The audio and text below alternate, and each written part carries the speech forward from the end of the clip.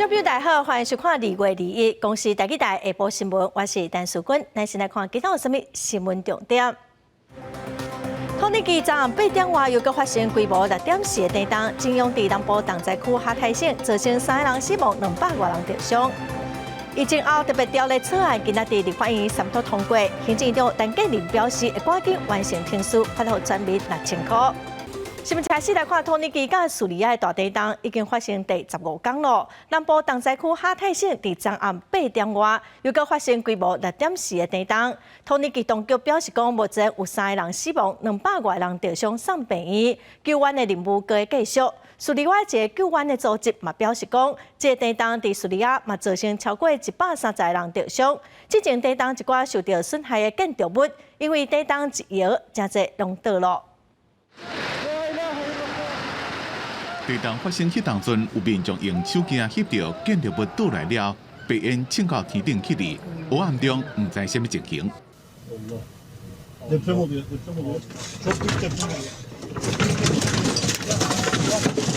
行车记录器翕到车一直害了，规个城市的电火拢熄去。土耳其南部东灾区的哈泰省，当地时间20暗8点外，高发生规模6.4的地震。边仔的叙利亚、约旦、以色列拢感受会到，在边拿靠拿卡电话报平安。自2月初六，土耳其叙利亚边境发生规模7.8地震到即马，已经记录到6000多遍的余震。累计到即马，大约有47000多人死亡，200万人无处通等。即马上重要要解决的问题是卫生设备。Kalkıyordun sıcacık odanda gidiyordun. Şimdi arıyorsun petrolları. Nerede bir lavabo diye yani koşturuyorsun. İmkanlarımız gitti elimizde. Özgüvenimiz gitti. 哈泰省的灾民规暗拢无困，6.4地震发生3分钟了，又搁发生一件规模5.8地震。当局已经宣布，除了卡拉曼马拉斯一个哈泰2个省以外，其他的所在暂停搜救任务，开始学10万外栋的建筑物爱拆，灾区中间的路是一个正长。记者综合报道。关系到全民发现金6000块的特别条例草案，今仔早起已经伫立法院三读通过。也毋过，针对昨条约协商保留的4个条文，今仔是伫民进党团人数的优势，民进党团的修正动议全部拢有通过。行政院长陈建仁嘛表示讲，会赶紧来提出特别预算案，完备听书，会当甲6000块发给民众咯。决议。疫后强化经济与社会韧性及全民共享经济成果特别条例制定通过。有关普发现金6000块，疫后强化经济和社会韧性，还有全民共享经济成果特别条例草案，伫个立法院正式三读通过。不二个立法院伫个今仔日协商保留4个条文，上演表决大战。其中上届受到注重的第3条，洪耀义讲是有空白授权争议。虽然民进党团提出修正动议，甲这个其他议案抬调，加入补助学贷部分，条约还阁伫个表决进程来小车拼。在第3条里面，其实非常清楚，应该要进入这个排付的条款，也就是说。根本就不需要照顾的人，不应该用这种大撒币的方式。民进党的版本清楚列出10项特别预算得以使用的项目，每一项都清楚明确，每一项都是台湾所需，不是政策买票，更没有空白授权。民众党团认为讲，应该都要先拨平政府暗降的负债，增加劳健保的拨补额度。国民党团是主张讲，要普发现金1万块。国民党团长期主张要花现金1万元，那基本上不需要举债，财政上就可以因应。不二个伫个民进党团人数优势下，协商保留4个条文经过表决，全数通过民进党团的修正案。行政院长陈建仁伊是讲会紧的来提出特别预算案，会尽快的以最快的速度提出这个特别预算案。然后经过了所有的法律程序完备以后呢，我们能够尽快的发放每一位民众都有6000元的现金。行政院提出特别预算案了后，还阁要经过立法院审议，才会当普发现金6000块到民众的手头。根据民进党团的估计，办批会伫4月来执行。记者综合报道。来看总统蔡英文今仔接见来台湾访问的美国联邦众议院康纳带领的访问团，双方将对台美经贸关系、区域安全等议题交换意见。台湾和美国也持续的加强军事交流，未来台湾也会更积极的跟美国以及民主伙伴合作，来因应威权主义的扩张和气候变迁等全球挑战。We come here to strengthen the economic relationship, representing Silicon Valley. I particularly appreciated the meeting with Dr. Morris Chang, how we can continue to build the economic partnership on technology, and also, of course, the partnership on military and defense. 总统嘛强调讲，伫美国新国会要开始进行众议员康纳带团来台湾访问，除了加强双方的交流，卖当来找出双方愈侪合作机会，亲像是透过台美科技合作协议来加强先进半导体产业技术的发展。再来看咱国军按什么来进行实战的射击训练咯？已经经过几档的研究甲准备，今年要正式实施咯。阿兵哥就爱用上紧的速度冲击停，佮爱进行射击训练，是有3种姿势：拍的、跪的、佮徛的。伫1分钟45秒内底，就爱射38枪哦。未来所有做一当兵的义务役阿兵哥，拢就爱完成一个训练。这声命令，官兵一提穿浴巾，用油光桶做掩护，加速冲过射击的位，离标靶75公尺，准备攻击。倒在射、跪在射、徛在射，过程中爱换3种姿势，标靶嘛有3种模式，佮加入枪支卡条的状况，爱做各种的排除，考验临场反应。这套实战化的射击是国军上新的射击训练，1分75秒爱完成36发的射击。各单位的师资人员尚有不足，那我们人员还在持续的加强训练中。是，那教官，这个方法是未来1年义务役的一个参考的模式吗？目前是，它有多重目标的转移的训练，还有我们的不同姿势的射击的变换，以及障碍板的运用。国军参考俄乌战争这国际军事冲突，是演绎实战化的射击训练。经过去年规年的研解和专军验证，今年是正式实施，扩大到各部队实战化的射击训练，嘛考验官兵身体功能和射击的稳定度。实战化的射击训练是强化国军自卫战斗的能力，官兵要先通过基础的175公尺倒底射，以4个月的军事训练役为例，18发爱着9发，另外上臂部队、后臂部队是30发，爱着20发，另外中打和炮兵部队，战斗支援这部队爱完成头前的训练，才会当到后边的3种姿势。针对比较需要克服，是在你要进之后，就是快速移动能力快速移动之后的那个呼吸，要去马上做到静下来的动作，不然在射击的时候会很不稳定，会瞄不到靶。国军证实讲，这套实战化的射击训练未来会放入去1年的义务役，即马当在加紧脚步，培养精主教官和各部队会当熟悉各种射击姿势，应用无同的环境。记者综合报道。前行政院发言人陈宗安防指控讲，伫11当前接受性交态，已经行使掉发言人的工作，等待调查。外界嘛质疑讲，迄当时的台南地检署昏案煞无调查，批评当时的台南检察长现任的高雄检察长惠玲玲失职。惠玲玲昨嘛发声明表示讲，当年伊有同意继续追查，也毋过过当伊就调职咯。伊嘛强调讲，并无高层施压对陈宗安放水。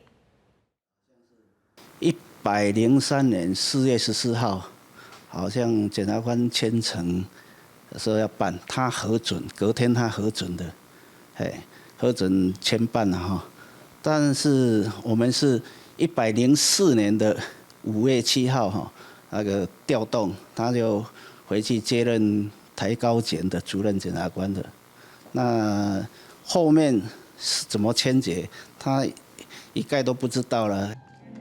另外，针对外界风声讲，是因为惠玲玲甲赖清德在做台南市长的时阵啊无聊，前行政院的秘书长陈美玲真熟悉，才会无继续追查。检察官跟张金图嘛帮伊解释讲哦，因2个人只是同事，嘛强调讲绝对无涉及吃案的代志。再来看台北市长蒋万安上任无到2个月，市政府的发言人罗蒙德，暂时以健康的因素辞职，市长嘛准咯。外界是质疑讲，市政府有高层垄断公开发言的权力。市府的副秘书长发言人王秋冬早起接受访问的时，是强调讲，绝对无内乱哦，嘛讲目前团队是非常的团结，运作嘛正正常。台北市长蒋万安上任无到2个月，市府团队煞已经出现变动。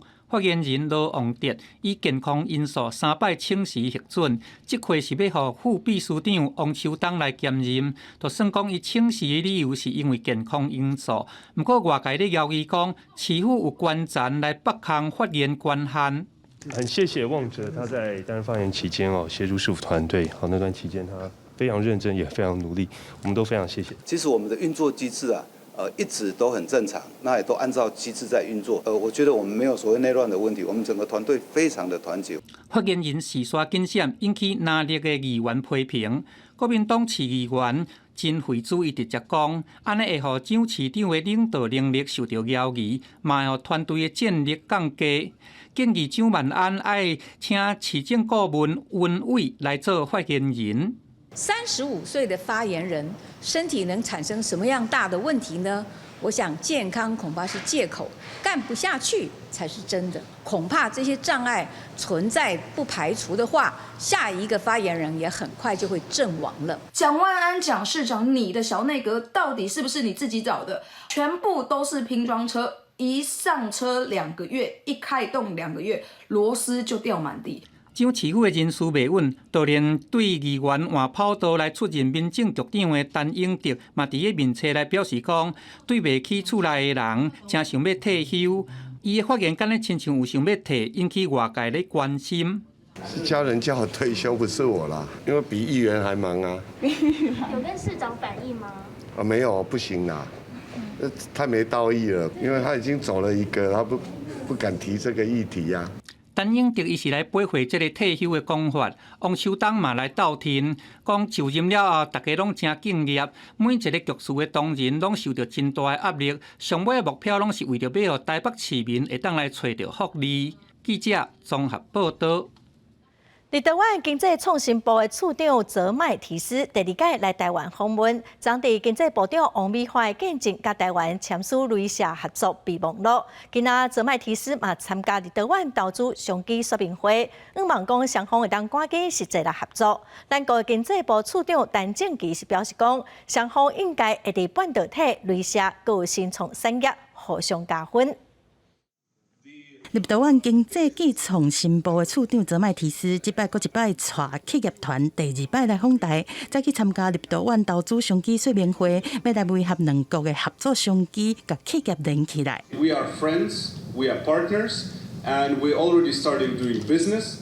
The growth is increasing, and now it is time for us to accelerate, to get into the details, to get down to business, and that's why I'm very happy and excited that we have a very diverse group of businessmen and businesswomen from Lithuania ready to share their experience. 雷射对于我们的生物科技还有半导体产业都是很重要的一个元组件、零组件，所以我们跟立陶宛的合作呢，会让我们双方的科技发展和工业发展都展开一个新的篇章。根据了解，目前台湾和立陶宛要签3项合作备忘录，包括工研院和立陶宛雷射协会、超紧雷射研发创新中心合作备忘录，合作开发次世代的雷射技术。立陶宛的工业家联合会，佮和工商协进会、工业总会嘛签合作的备忘录。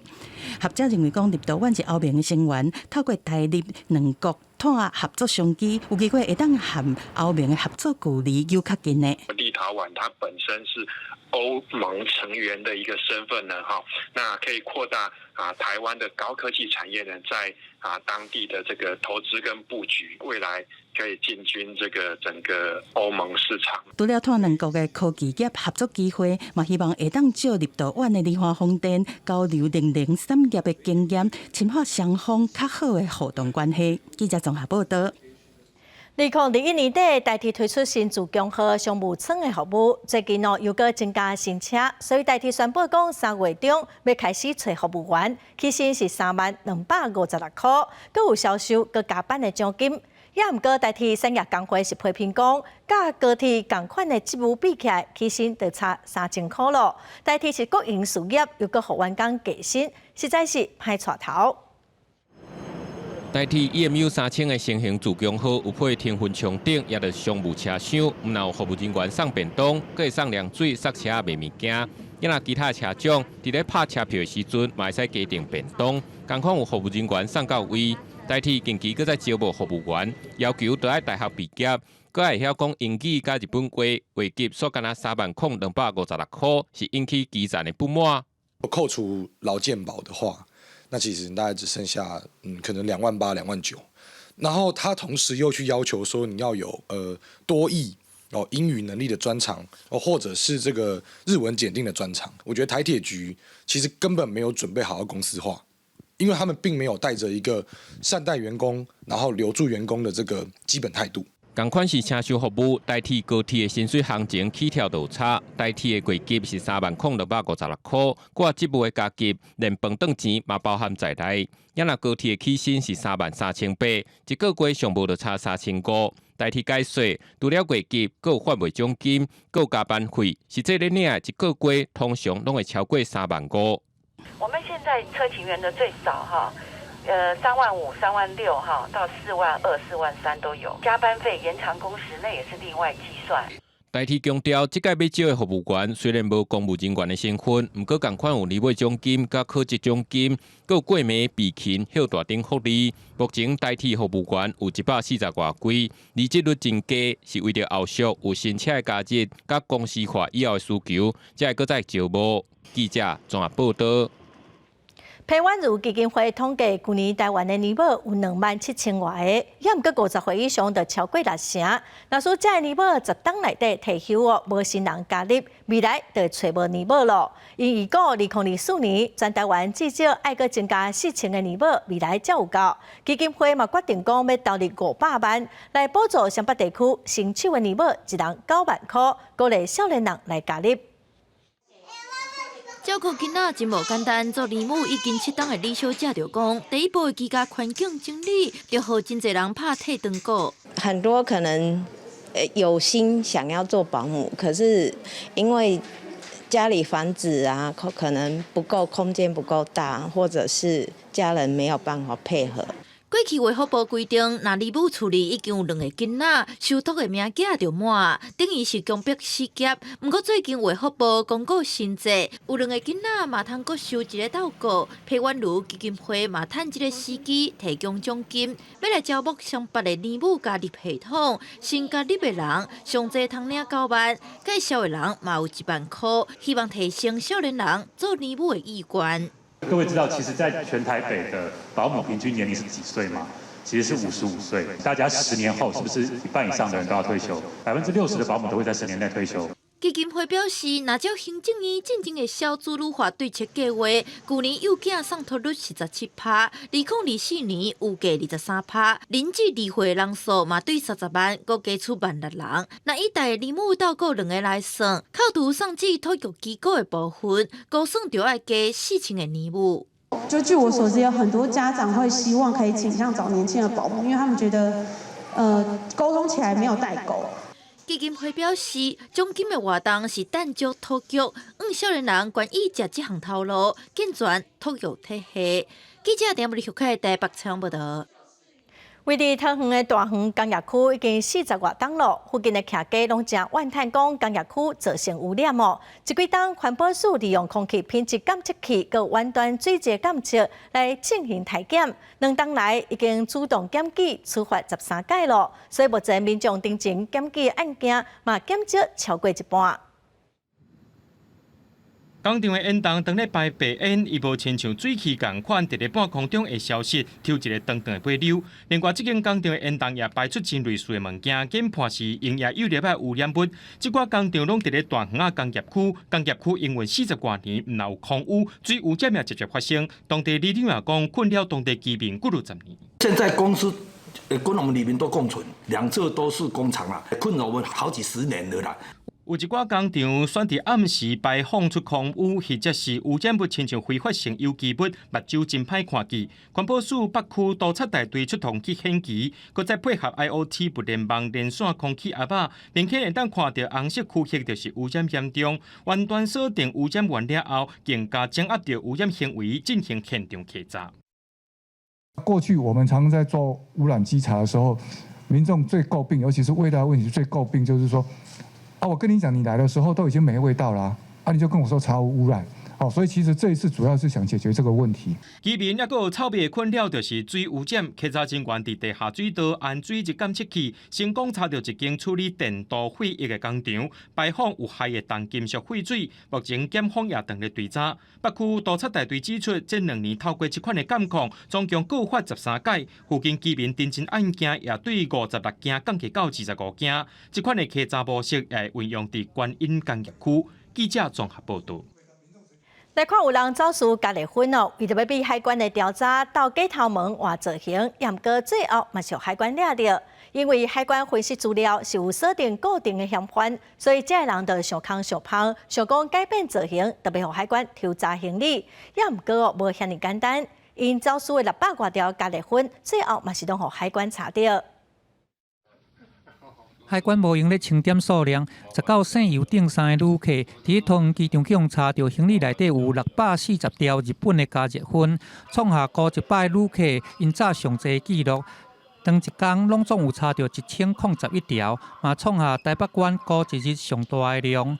过当天20，搁去查到走私加热粉，拢总有924条。自从疫情解封之后，海关查获的这个加热烟呢，到昨天为止共有8510条，尤其是这2天查到的数量特别多。台北县统计，自去年10月解封了后，查到走私加热粉的数量加真济。走私集团为着要来躲避因安步数进展，根据了解，姓游的旅客因还佫挑工变装，其中一个人甚至伫出境的时阵是低头毛，入境的时阵做挑工甲接做长头毛。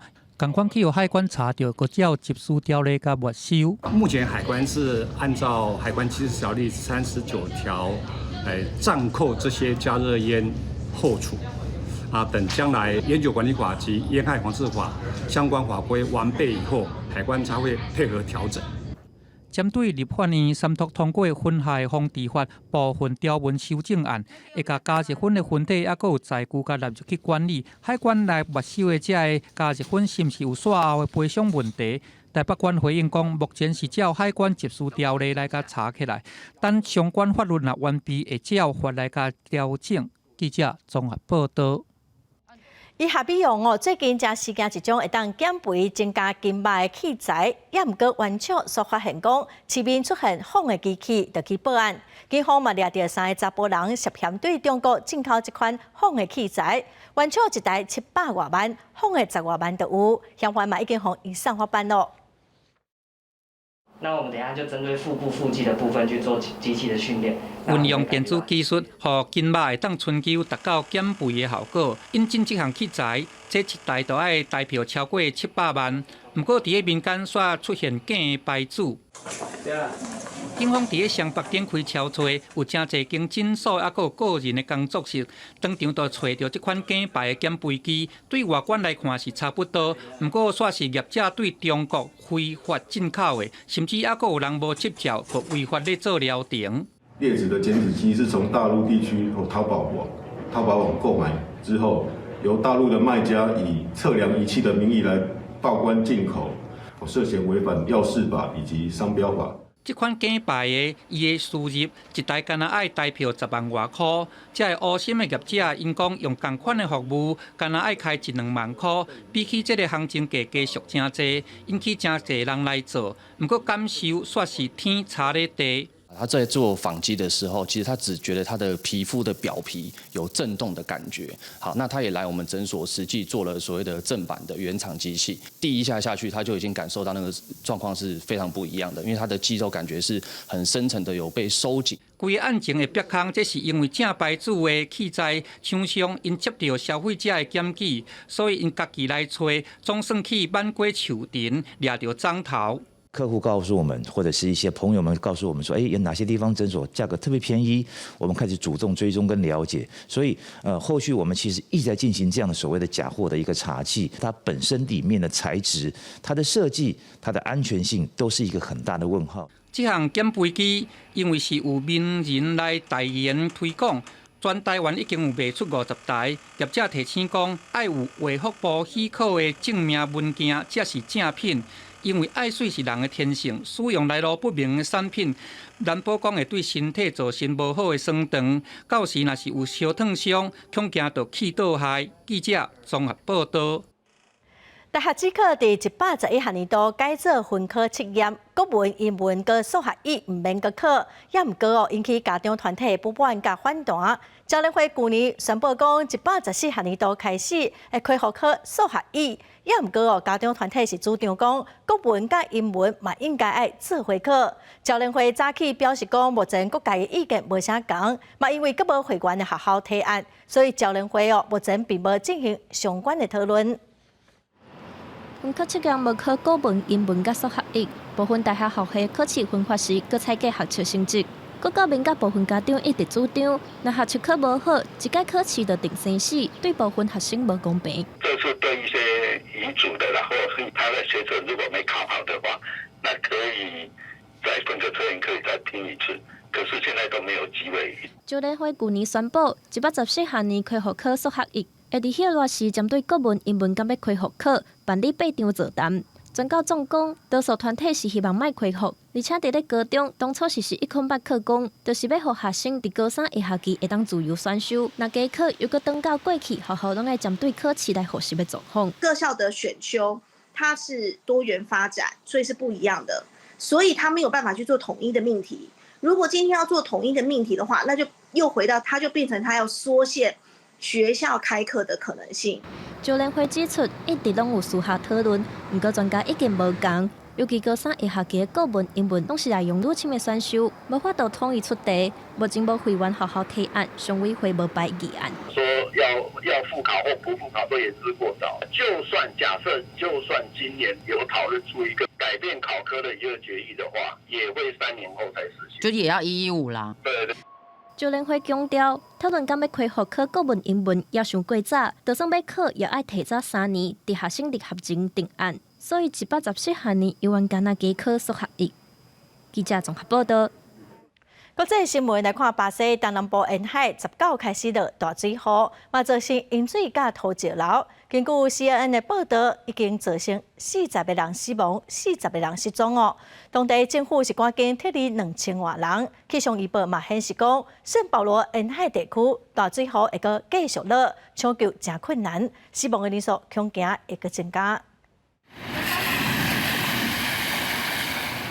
一过路也是淹水，车经过拢爱撩水。警方由封锁线，不互民众入去山区。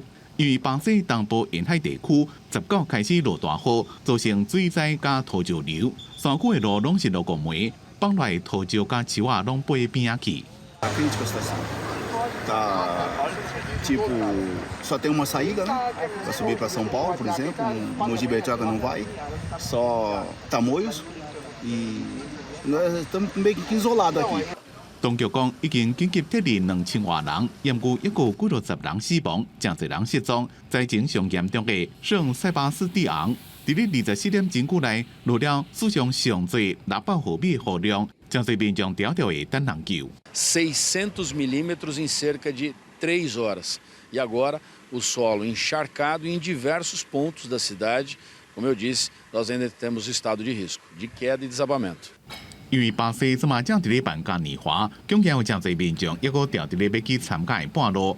巴西总统卢拉坐直升机视察灾情了，叫中乡甲地方爱团结，甲灾情降到上低。Eu posso garantir que os meus ministros, governador, estarão dispostos a conversar para que a gente compartilhe, para que a gente faça uma parceria para recuperar efetivamente, de verdade, o estrago que a chuva fez aqui em São Sebastião. 路透社报道，根据气象预报资料，圣保罗沿海地区也会继续落大雨，救援人员将会面临严重的挑战，死亡人数恐惊也会增加。公司新闻陈伟林5期抢编辑。来看加拿大有一对翁仔某，因4个囡仔内底都有3个有罕见的疾病，这个囡仔目睭会愈来愈看无，所以因决定讲，伫囡仔目睭佮看会到的时阵哦，带囡仔去环游世界，互因的体验甲对这个世界人物放伫心中。总算来到泰国曼谷，加拿大的派乐提耶含乐美翁仔某，带4个囡仔是坐渡轮欣赏运河的风景，希望甲充满色彩的景象拢欣赏甲详细，成作永远的记忆。因为其中3个囡仔是得到罕得看的微传病，目睭部的色素病变，对年纪的愈来愈大，伊的视力是会一直退化，有可能30岁了后就会看无。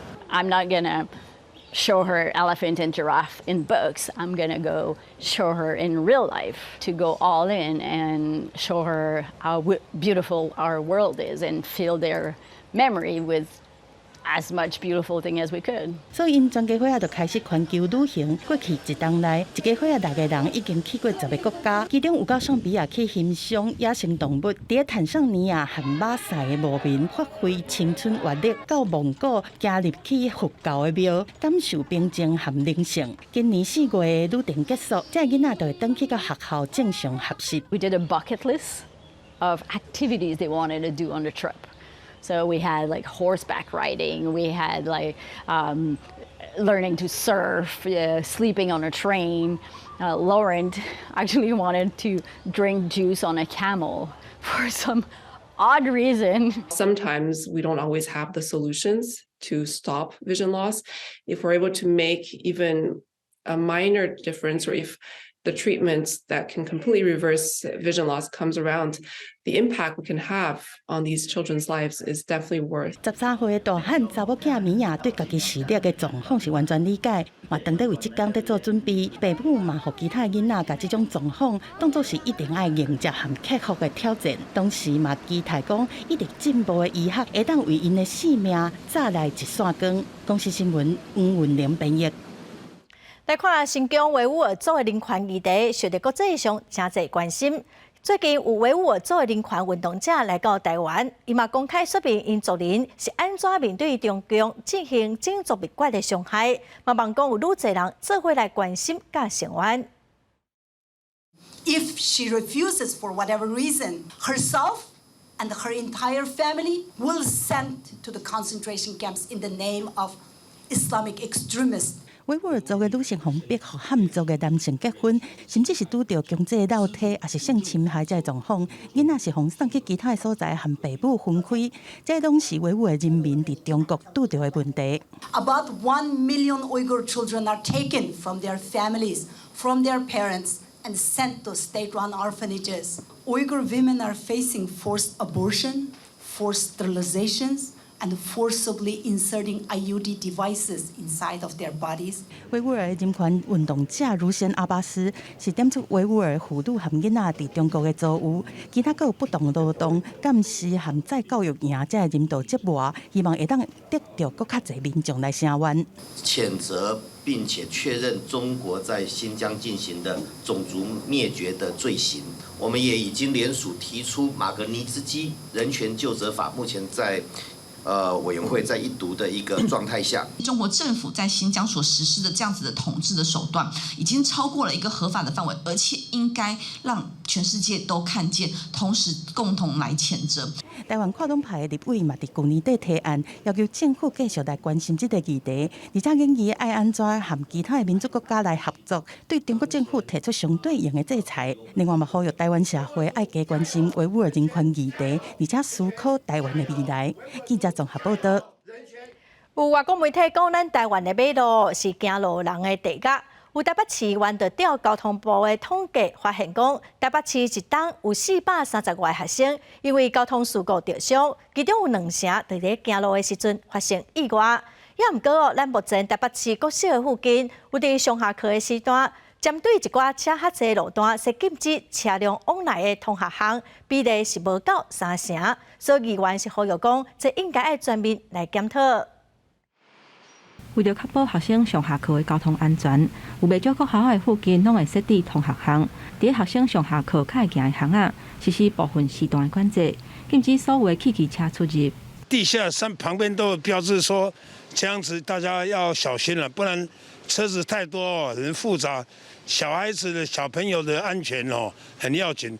不过台北市议员吴派耀调查发现讲，台北市154间国校啊，敢有50间有同学巷，比例无到3成。安尼学生上下课行路的时阵，恐惊是真危险。我们只有限时限速的管制，那这个限时的部分有时候跟实际上在使用是有一部分的落差。那另外也应该要来去增加科技执法。根据交通部2015年到2021年的统计，台北市累计有超过3000个12岁以下学生因为交通的事故受伤，平均每一年有430多人。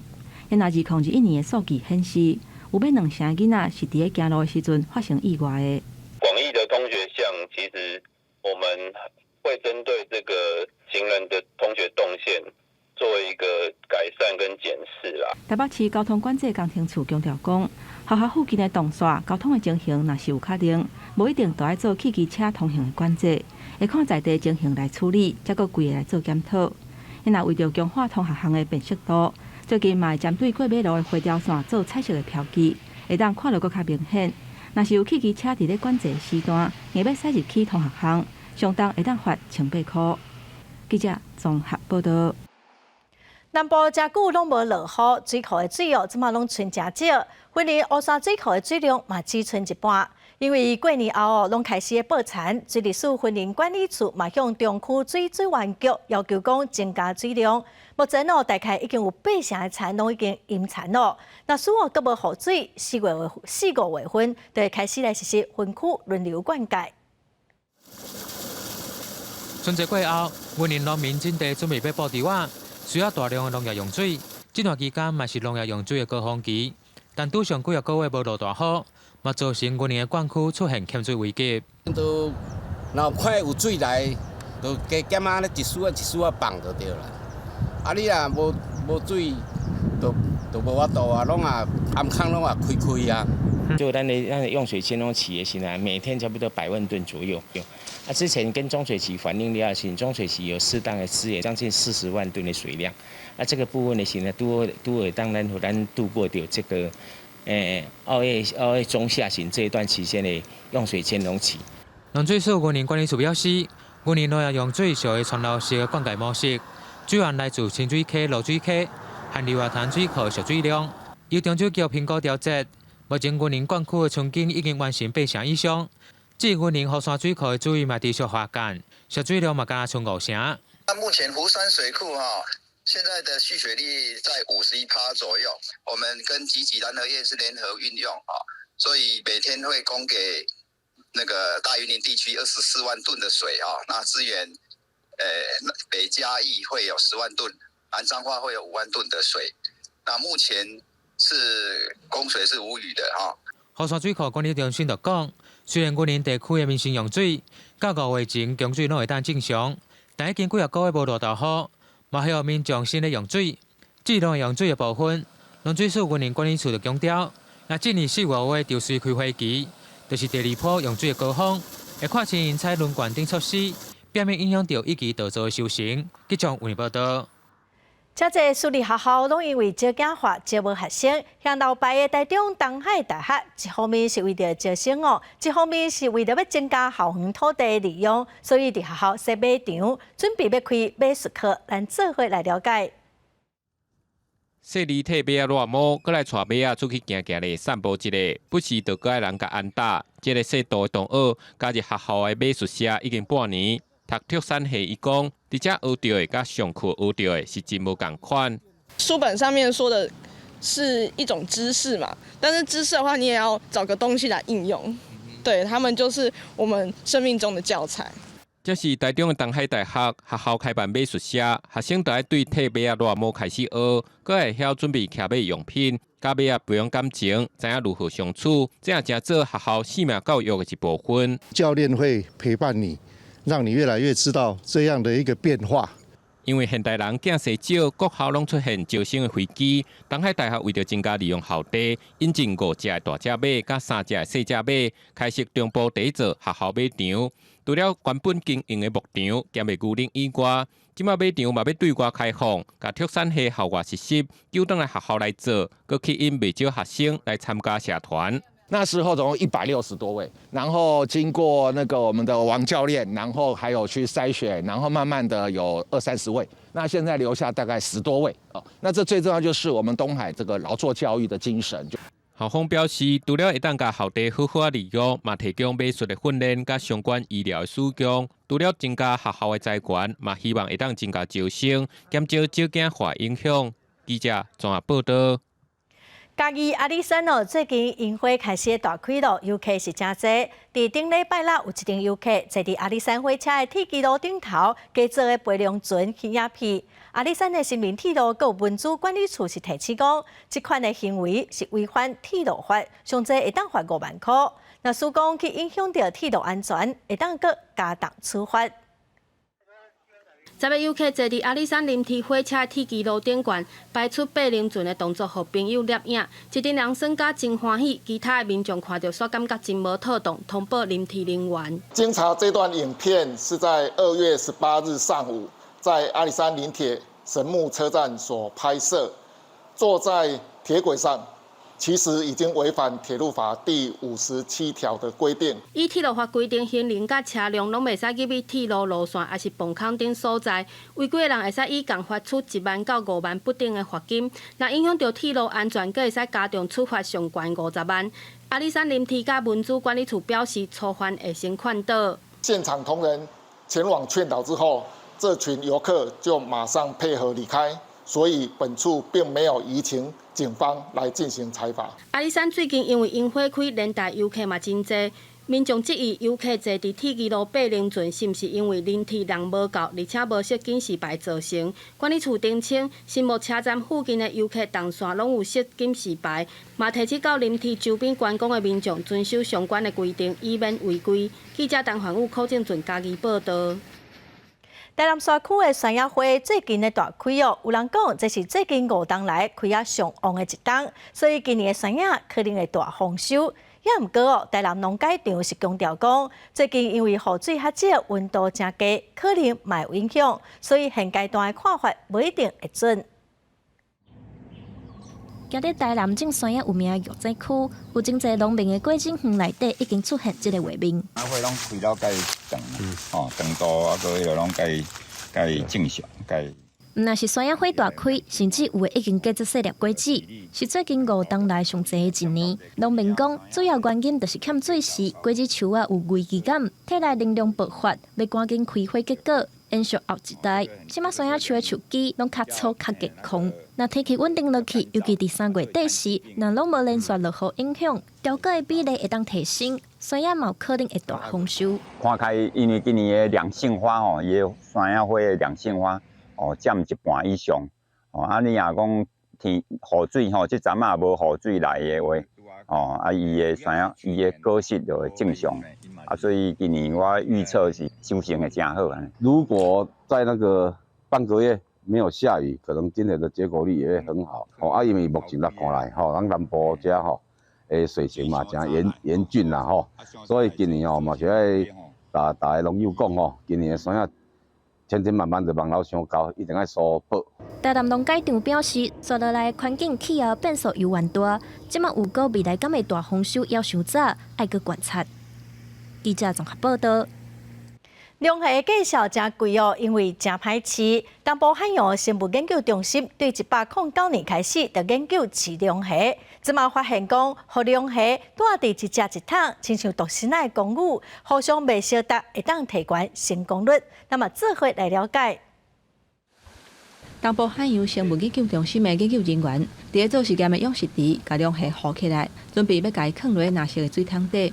龙虾伫咧海产内底，价值算是真悬的，因为伫咧饲的过程当中，龙虾从细只就会互相攻击，所以饲较大只的存活率无悬。研究人员就想着，互龙虾一只饲伫咧一个桶仔底，会当控制水质，嘛会当定时间饲物件互因食，而且嘛袂阁互相攻击，会当平安饲半年至1年了后，就会当摕去做料理。他们会因为它的空间太密集，或者是它们个体差异太大，或者它偷壳的这样一些习性，然后都会导致一些比较强势的龙虾，然后对那一些比较弱的个体，然后产生对它做蚕食的一个动作。为桶仔底甲这只大龙虾浮起来，这只差不多饲1年左右，超过1公斤重。这只伫餐厅的介绍，可能会当卖到1600块。不过煮熟了后，实际上食虾仔肉敢若60成左右，剩的拢是虾仔壳爱单调。去年研究人员就设计出用 AI 伫水底按红外线监控，利用龙虾脱壳的行为，便当脱壳的时阵就会发出通知。迄当阵，甲龙虾浮起来，水摕去冻起来，安尼就会当减少煮龙虾了后的废弃物。大部分的时间会比较落于在晚上的时间，对，所以因为夜间的时候，我们在整个龙虾的一个影像辨识，还有在人工收取上面，夜间的过程当中是比较需要耗人工的一个部分，所以我们现在是开发一套影像辨识的这样一些设备。东部海洋研究中心表示，龙虾是夜行性的动物，今嘛政府推动渔电共生。未来这套养殖模式，卖当伫有按太阳能板的所在，伫下底渔温饲龙虾。这套饲龙虾技术已经准备技术转移给民间，希望当提高饲龙虾产能。记者综合报道。咱台湾目前大约有10万人受到类风湿关节炎的困扰，真侪民众拢会去看西医，也毋过西医会有真明显的副作用。台北营总发现讲，若属于中医佮配合西医来治疗，毋但症状会当减轻，副作用嘛会当减少。已经好几年了，我一直被这个病，感动到讲袂出话，目屎就要忍落来。齐女士有类风湿关节炎已经15年，头前7年伊透过西医治疗，但是副作用实在袂堪治，落尾转到中医的门诊，伫医师的建议之下，以中医搭配西医治疗，毋但减轻副作用，发炎的病痛也改善，生活品质好真侪。类固醇都伤害到我的消化系统，晚上没办法睡好。胃药对我也没什么作用，我看了几次肠胃科，他们都没有办法解决，我只好转到中医。医师当咧空手治疗齐女士的倒手，医师表示，经过研究发现，类风湿关节炎的病人，除了西医的疗程照起降者，若配合中医的针灸、中药、西药水，毋但发炎的指数降低，上低1分、上悬10分的痛痛指数也下降2分左右。这个成果也伫国际期刊发表。病人会怕一些副作用啦，像是消化性的问题啊，像是黏膜破裂，甚至比较严重会有骨髓抑制的部分。那配合上中医，可以让西药的副作用降低，那也许症状好一点，西药就可以吃得少一点，副作用就可以少一些。医师强调，病友若要中西医搭配治疗，要经过合格的中医师评估，亲像要注意中西药会交副作用，体质敢有适合针灸等等，拢要加注意。记者郭文长随台北报道。今仔是世界母语日咯，咱来看新竹有台语老师带囡仔去踅百货公司、超市，嘛用台语来介绍买物件，望讲用生活化的方式来教囡仔讲台语。伊的华语叫啥？它的国语叫什么？哈密瓜。哈密瓜。好，伊内底有一个字，就是龟。龟。好，来，过过。黄龟。什么龟？黄龟。老师用台语甲囡仔小解逐项逐款的水果，来到另外一区，不论是汤啊、饮料、果汁，也是汽水，全部拢是用台语发音。囡仔第一摆用台语来踅超市，拢感觉有够新鲜。鸡仔冰。还有啥？虾啊。啊，你上爱食啥？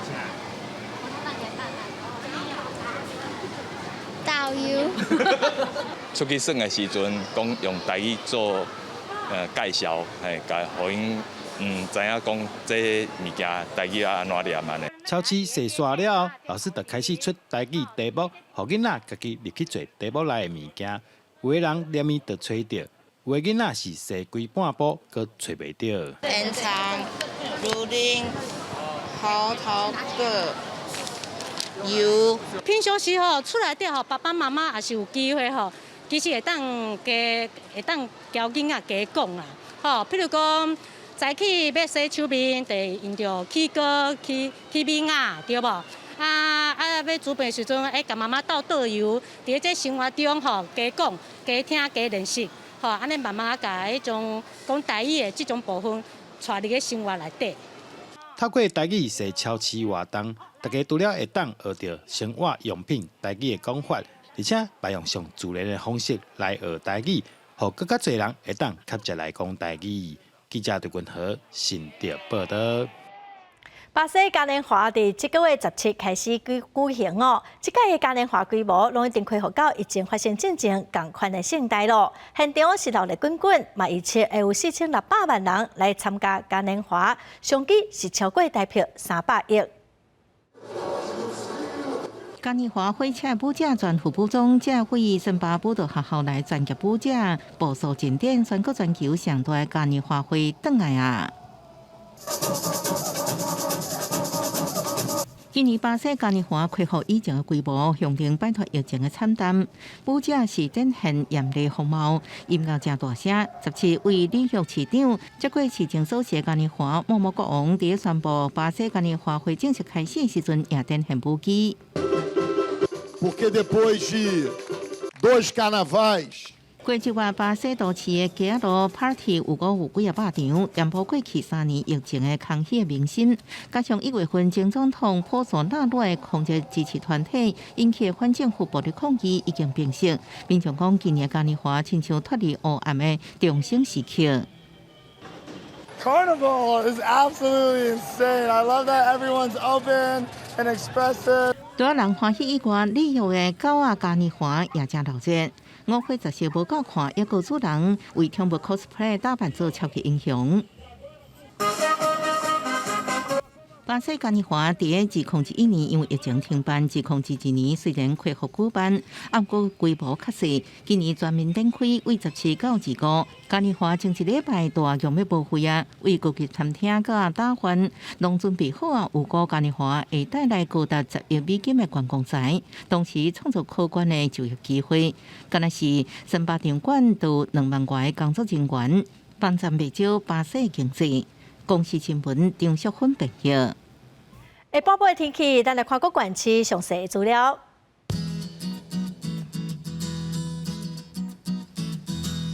北部地区上低14度，上悬16度；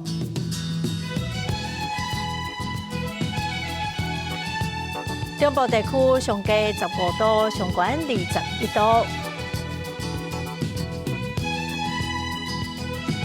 南部地区上低17度，上悬24度；东部地区上低15度，上悬22度；华岛地区上低8度，上悬17度。感谢观众朋友收看《公视台语台的下晡新闻》，我是陈淑君，明仔载下晡3点，咱再会。